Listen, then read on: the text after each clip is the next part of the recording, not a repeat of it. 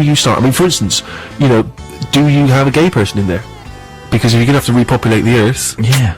I mean, I don't know, is that necessarily the best idea? But they're good parents. Great see? parents. They could adopt the kids of the straight people. What? Or have stuff, you know, put up them. You're going to need to interior design the place. Yeah. To make it look good, because Yeah. otherwise you're going to be very depressed when you're down there. You can be down there for years. Yeah. Plus, also, you want someone to represent, you know, the gay community when Absolutely. you're down in the bunker. So, you know, that's tricky already. Yeah. I mean, my problem is, you think naturally you'd want some of the great thinkers down there. Yeah. But equally, you don't want a bunch of nerds, do you? Well, exactly. You want people who are very highly skilled and are great at what they do, but you don't want people who are just going to rattle on about it the whole time. Exactly, and people just constantly, can we watch Babylon 5? No! Just have sex. We need to repopulate the Earth. Because of the sex, do you think there needs to be an age limit? An age limit, Yeah. interesting. So I was thinking, for instance, you know, let's start with music. You need someone down there, really, who can represent music, who can Yeah. keep us, you know, who can perhaps just reintroduce music to civilization when they climb back out. Where do you start? I mean, obviously, the first one I would think of, someone like Bob Dylan. Well, you know, what- he's a genius, but he's a little bit past his prime. I mean, Sammy, would you want to be... I'm definitely not up for the Dylan. Right, Yeah. you know. It's a difficult one, but Plus, is he past his musical prime? that's the problem. You want someone who can write and perform excellently, because people down there are going to need entertained. Yeah. Well, isn't it obvious? There's two very clear competitions to whittle down who the best musicians in the world are: Eurovision and the X Factor. Well, that's true. True, that's fair. true. The winners of those. So that seems textbook, but you know, again, can they generate their own material? Yeah. I mean, My concern is you're not going to have space for all of the musical instruments down there, and you're not going to get someone who's talented enough to play all the instruments, even if you could. So let's get someone who can play something that can sound like all the instruments, i.e. a keyboard whiz. It's a straight fight between Jean-Michel Jarre and Rick And Wackers Rick Wakeman. Wackers Wakeman. Well, I saw Rick, as you know, in the flesh last night. Good-looking guy. Yeah, yeah. Good-looking Love to see guy. a straight fight between those two men. Wakeman in one of his enormous capes, all ready for one of his journeys to the centre of the earth, kind of, and Jean-Michel in some very tight-fitting little leather jerkin. Trying to blind him with lasers. With Oh, it'd be lasers, amazing. 8 keyboards around. Yeah, and of course, Jean-Michel Jarre, presumably, I don't remember what he looks like, but quite a sexy guy, because wasn't he married to that English actress who's a bit of a hottie? Yes, I think he was. You know I what I don't know mean? which one? Yeah. Not Jane Birkin, but I mean, those are the obvious contenders. So, Yeah. I'll just make a note, at the moment, it's Jean-Michel or Wackers. depending on who comes out top in their fist. Well, I don't want to seem xenophobic, but do you want a Frenchie down there? I'm crossing Jean-Michel Jarre off the list straight away. It's Wackers. The last thing you want if you've got the last 10 people on Earth is a strike. You don't want exactly. someone rabble-rousing, stopping things happening. Yeah. So Wackers wins. Exactly. Plus, you know, you're going to have to pair off. You don't want him, you know, having a bit away with your piece of action. You know what I mean? This is typical Frenchies, from what I understand. So we got Rick Wakeman. He's down there. That's safe. He's going in. That's not a problem. Yeah.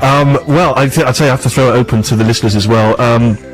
Other personnel that you can suggest. I'm sorry if this is sort of off message at Christmas time, but we've got to start thinking now, people. A prepared nation is a safe nation. Yeah, I mean, your chances of dying in an asteroid impact during your lifetime is 1 in 700,000, which is as likely as dying in an amusement park accident. Now, I read the papers, I've seen people die in amusement park accidents, so that tells me, ergo, there must be an asteroid hit you. Text us on 64046 or email stephen.sixmusic@bbc.co.uk. We can have great thinkers, we can have great beauty as well. We need to think about that, guys, great beauty. We don't want all of the next generation of humans being as ugly as dirt water. What? Sammy, it's your musical choice. It is. This is A Spaceman Came Travelling by Christa Berg, the only decent thing he's ever done, and my most favourite Christmas song ever. Did Berg's an option? A spaceman came traveling on his ship. Yeah, if you need looks and talent, Christa Berg could be your man in our post-apocalyptic bunker. What was the tune?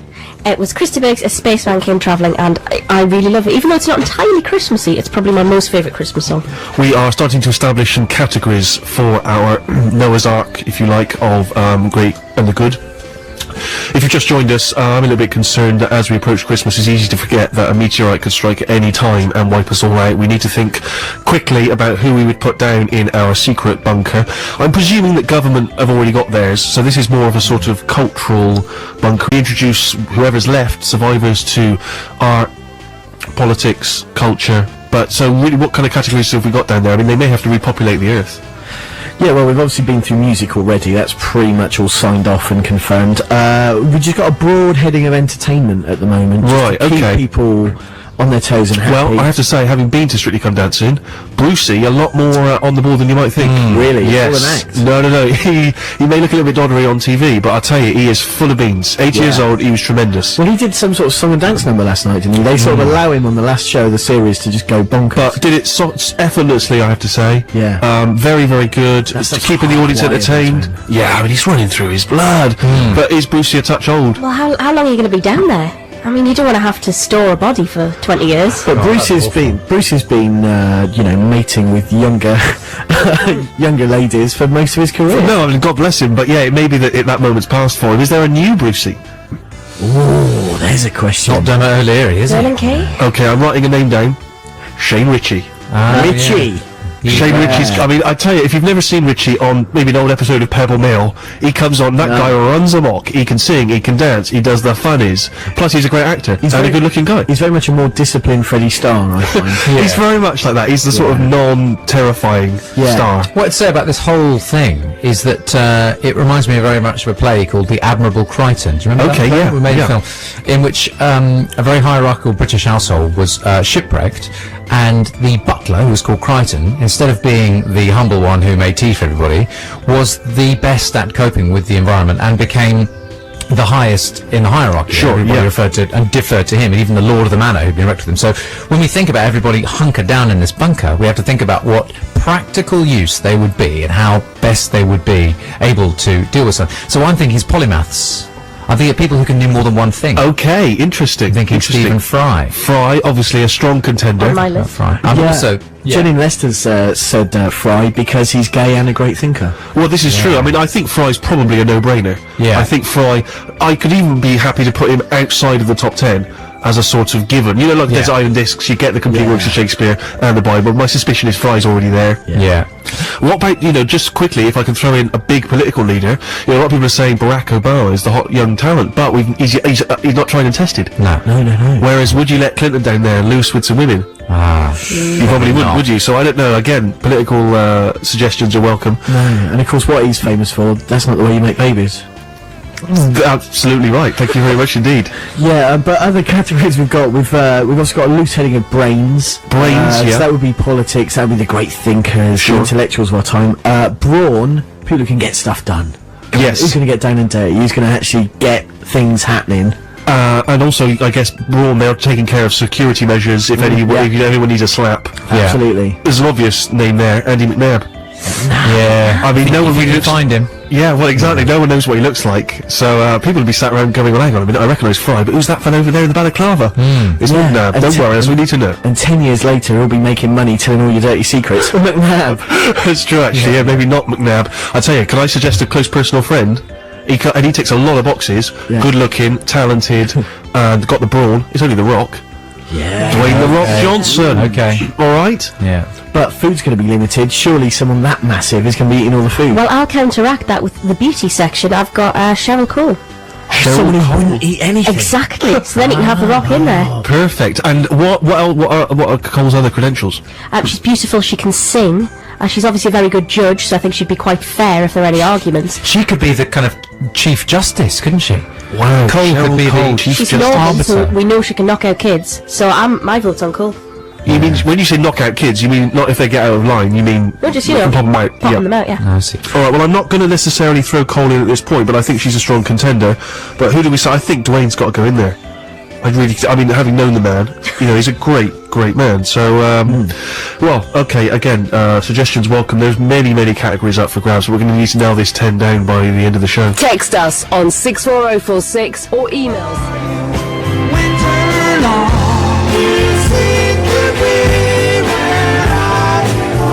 Harry, you pointed me in the direction of that recent Neil Young live Yeah. at Massey Hall. Yeah, CD. yeah.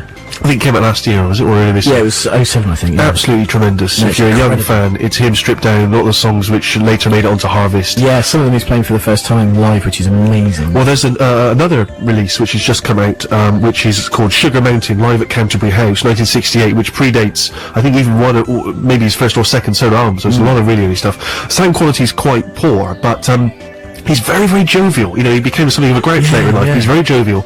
But while he's playing, he's sort of tuning his guitar, and he seems to stumble across a melody. And he sort of mentions it, because he goes, oh, that's a new melody.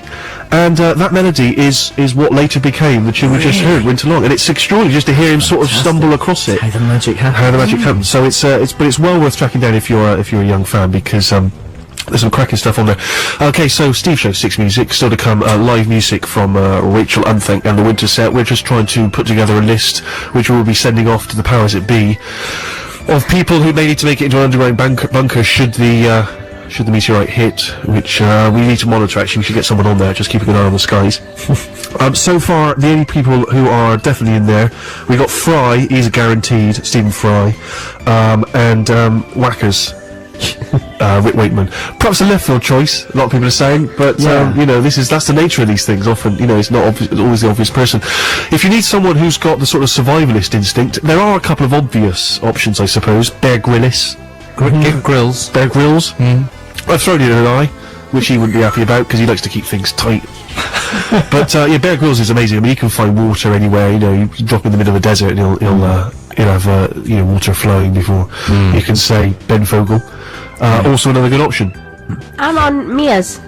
Mears. Bit more level-headed. A lot of Mia's suggestions coming in, Jed actually. in Liverpool and Debbie have both said Mears. My problem with all those guys is they'll quite happily just have a dump anyway, won't they? That's the problem, you know. Have they gone back to the wild too much? far. Too far back to the wild, and now they're just barbarians. Yeah. Yeah, it's tricky. So yeah, keep those suggestions coming. What about those with political minds? Any thoughts there, guys? Well, you want someone who's political, but not too much of a heavyweight. Someone who can relate to the kids and to culture. Billy Bragg.